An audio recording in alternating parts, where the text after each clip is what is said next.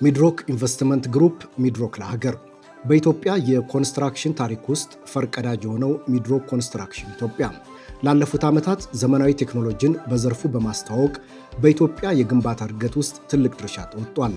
አሻራውንም አስቀምጧል። በመንገድ፣ በህንፃ፣ በስታዲየም ግንባታ፣ በኮንክሪት ምርትና በአስፓልት ፕላንት እንዲሁም በአሸዋ ምርት ስራዎች ላይ በመሳተፍ በኢትዮጵያ የዘመናዊ ግንባታ ሂደት ውስጥ የቀዳሚነት ሚናን በመጫወት ላይ የሚገኝ ኩባንያ ነው። በኢትዮጵያ ውስጥ ከተገነቡት ግዙፍ ግንባታዎች ጀርባ ሚድሮክ ኮንስትራክሽን ኢትዮጵያ አለ። የተቀናጀ የአመራር ስርዓትን ተግባራዊ በማድረግ አርአያ የሆነው ሚድሮክ ኮንስትራክሽን ኢትዮጵያ በአሁኑ ወቅትም ግዙፍ ግንባታዎችን እያከናወነ ይገኛል። የ15 ህንፃዎችን፣ የአንድ መንገድ፣ የአንድ አውሮፕላን ማረፊያ፣ የሁለት ስታዲየሞችን እንዲሁም በመጠናቀቅ ላይ የሚገኙ 6 የተለያዩ ፕሮጀክቶችን ግንባታ በተያዘላቸው የጊዜ ገደብ ለማጠናቀቅ 24 ሰዓት እየሰራ ይገኛል።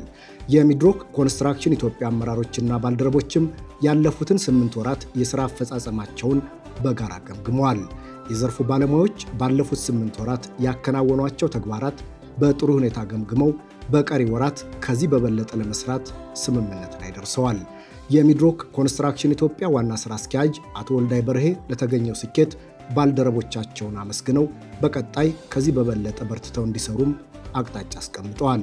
የኮንስትራክሽንና ሪል ስቴት ዘርፍ ምክትል ዋና ሥራ አስፈጻሚን ወክለው ንግግር ያደረጉት የኮንስትራክሽን ኦፕሬሽን ኮርፖሬት ዳይሬክተር ኢንጂነር ዛህራ አብዱልሃዲ ዘርፉ ለድርጅቱ ስኬት የሚያደርገውን ድጋፍ አጠናክሮ የሚቀጥል መሆኑን ገልጸዋል። ሚድሮክ ኢንቨስትመንት ግሩፕ የሀገር ሀብት